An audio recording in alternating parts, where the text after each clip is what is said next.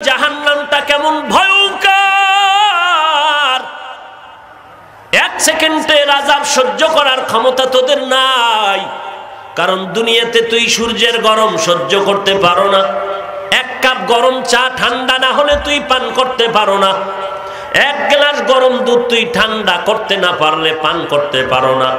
জাহান্নামের গরম তো হাজার হাজার হাজার গুণ বেশি।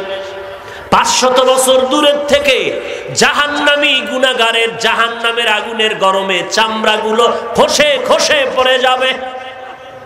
এমন ভয়ঙ্কর ওই জাহান্নামের আগুন সহ্য করতে পারবি না রে গোলাম।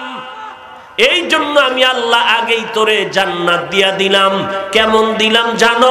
মদিনাওয়ালা নবী বলেন, জমিনের মধ্যে যত মানুষ এসেছিল, আসতেছে, কিয়ামত পর্যন্ত আসবে, সবার নামে বরাদ্দ করা জান্নাতে একটা বাড়ি লেখা আছে। ফেরাউনের নামে জান্নাতে ঘর, নমরুদের নামে জান্নাতে ঘর লেখা আছে, হামানের নামে জান্নাতে বাড়ি বরাদ্দ করা আছে। দুনিয়ার প্রত্যেকটা মানুষের নামে জান্নাতে আল্লাহ একটা ঘর বানায় রাখছেন। ও আল্লাহ, কোরআন হাদিস অনুযায়ী জানলাম বেঈমানেরা জান্নাত পাবে না, মুমিনেরা জান্নাত পাবে। তাও সাধারণ মুমিন না, পাক্কা ঈমানওয়ালা হতে হবে, আমলওয়ালা হতে হবে। ও আল্লাহ, তো বেঈমানের নামে যে জান্নাত বানাইলা, ওই বেঈমানের জান্নাতের হালাত কেমন হবে?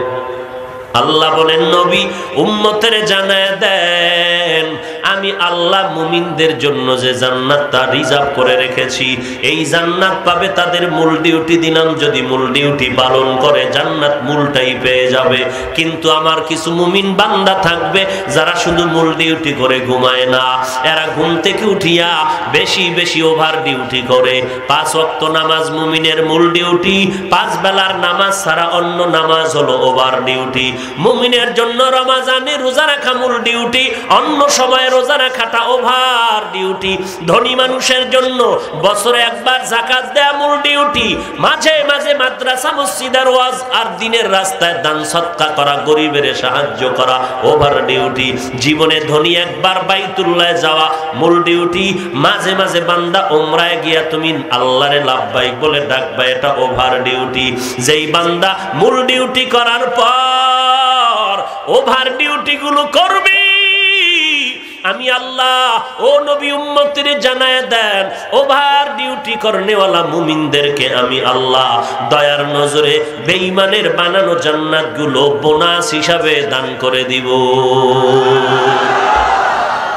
আতিনা ফি দারে দুনিয়া না হাসান, আতিনা ফি দারে উকবা না হাসান, ইয়া গিয়াসাল মুস্তাগীসিন ইহদিনা লাফতিখারা বিল উলুমি ওয়াল গিনা, হর গরিদে নেকো তু তৈয়ার है, जो न मंगे उससे तू बेजार है। হাদিস শরীফে আছে, যেই বাবা একটা কন্যা পাইছে একটা জান্নাত পেয়েছে। আরো আস্তে করে বলে, যেই বাবা 2 কন্যা পেল তারা কয়টা পাইল? জান্নাত। যেই বাবার কন্যা 3টা পেল 3টা জান্নাত। যেই বাবা 4 কন্যার বাবা হলো 4টা জান্নাত পেল। এইবার মেয়ের বাবারা খুশি না? বাবা এমনি খুশি হলে হবে না, ওই মেয়েটারে বাবা আল্লাহর মোহাব্বত নিয়ে বিবাহ পর্যন্ত তোমার আমানতের সাথে রক্ষা করে চালাতে হবে। ধর্মের বাইরে যেন চলে না, কোরআন তেলাওয়াত যেন ভুল করে না, নামাজ যেন বাদ দেয় না, বেপরদায় যেন আড্ডা দেয় না, মোবাইলটা চালাইয়া নিজের চরিত্র যেন ধ্বংস করে না।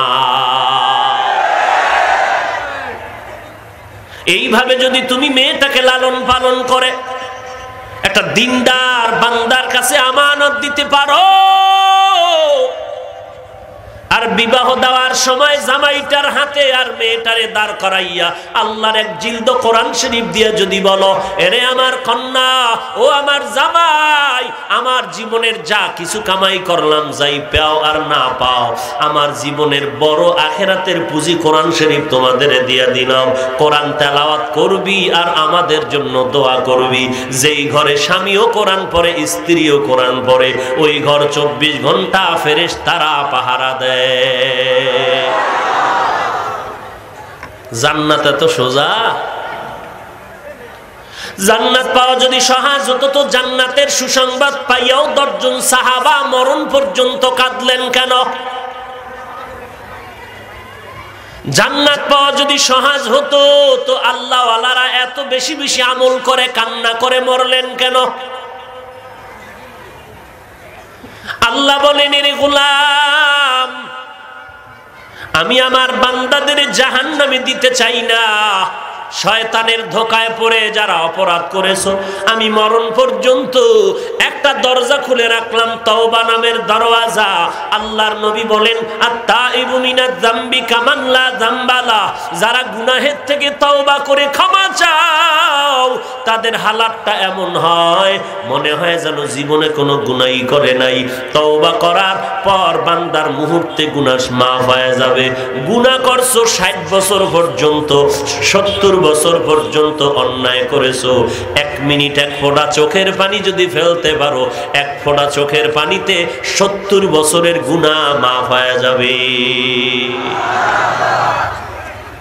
এরে নবীর উম্মতের দল, ওই কান্নাওয়ালা তওবা চোরের মতো তওবা না। চোর যখন চুরি করে ধরা পড়ে, তখন তাকে যখন বেত্রাঘাত করে, তখনও বলে চুরি করব না, মনে মনে নিয়ত থাকে সুযোগ পেলে আর ছাড়বো না। এই তওবায় হবে না রে বাবা, তওবাটা তওবার মতো হতে হবে। ইয়া আইয়ুহাল্লাযীনা আমানু তুবু ইলাল্লাহি তাওবাতান নাসুহা। খাঁটি অন্তরে তওবা করবা হে গোলাম। কেমন খাঁটি অন্তরে তওবা? গলায় ছুরি আসবে, আল্লাহকে বেজার করব না, আমার নবীর তরিকার বাহিরে চলব না, আমার মা, আমার বাবা, আমার ভাই, আমার নেতা, আমার নেত্রী, আমার বন্ধু যদি বেজার হয়ে যাক, কোনো দুঃখ নাই। আমার কেউ আপন না, আপন আমার আল্লাহ, আপন